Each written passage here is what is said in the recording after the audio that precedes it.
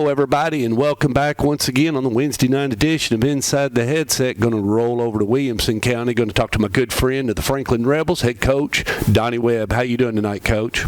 I'm well, sir. How about yourself? Well, I'm doing good. I just got off the phone with Coach McDaniel. He's got a big one against Briarcrest. I've talked down to Alabama, Will Hester. He's got one against Huntsville in a big region matchup. And I've talked to Phillip, and he's going to Elizabethton. He's going to face a 5-0 Elizabethton. And I talked to God. I talked to Coach Rankin, and he's doing good. And let's see. And now I'm over to you, I guess. And boy, Coach, we's glad to hear your score and glad to hear you get back on the winning side. We was broadcasting the Riverdale Blackman game, the backyard brawl. But when we was catching your score and keeping up with it, the Franklin Rebs, he came out on top and got McGavick. Talk a little bit about the game. Yeah, really, we needed to win, and so and the kids need to win. They work hard. They show up, come to practice every day, and so you feel for them when the ball might not quite be bouncing their way, but we kept battling, and we played really well offensively last week. A little disappointed defensively. We got to be a lot better this week and tackle a lot better than what we did last week. That's for sure. Penalty-wise, did you feel like you guys kept the game under control? We are. Josh does a good job managing the game at quarterback, Josh Nichols, and then Guy Lipscomb. He was Williamson County Player of the Week this past week. He had a really good ball game. Close to 260 all-purpose yards, rushing in and catching the ball. So, like I said, we played really well offensively, and then we're going to have to do that again this week at Centennial.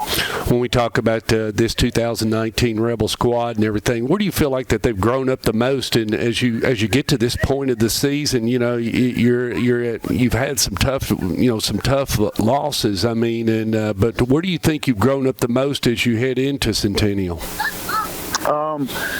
It's obvious. I do think we are. We may have some seniors in some spots, but overall the team, it was not a very mature team. Okay. And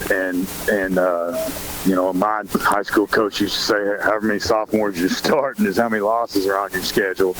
And I know times have changed, but you can kind of count what was going on with us, and maybe that was some of our problem, especially with the penalties early.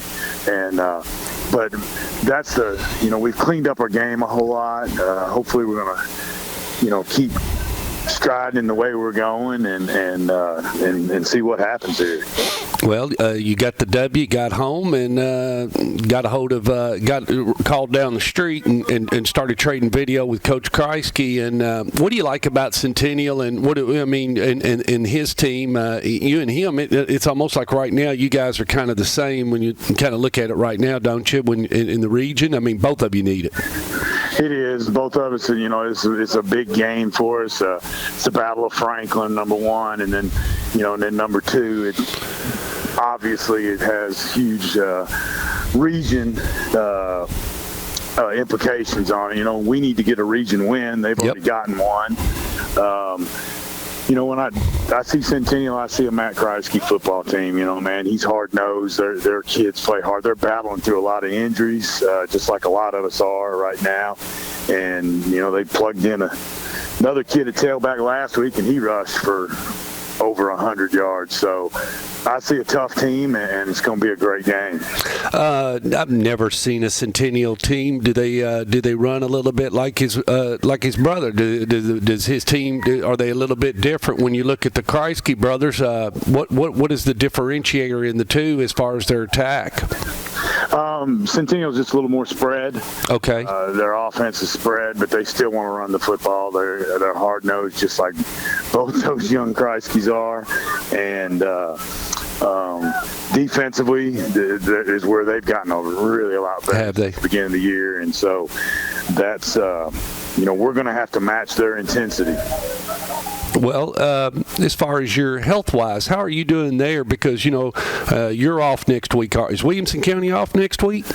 Most of us are. It just depends on how the schedule went. Yeah, it's our fall break. Okay, so you're going to be off, and is it catching you at the right time? Do you need it now?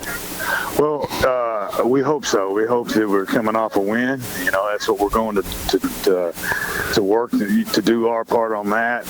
And then, yes, we're just like everybody else. We got some injuries, a couple of them in some key spots that we've had to make some replacements, and it would be good to heal some of these guys up and then make a run for the rest of the region games down the stretch. Would that 14 days get any key guys back for you, Coach Donnie?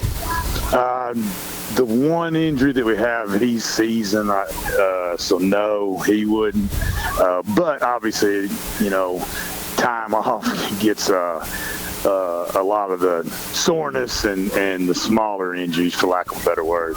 I hear you. Well, Coach, we wish you the best of luck against Centennial. I mean, I've got one. I've got Oakland and Blackman on Stork Vision, and you've got a great game. There's a lot of them going to be going on right as we head into this fall break. But most of all, we hope you come out healthy and come out with a W and play like the Franklin Rebels.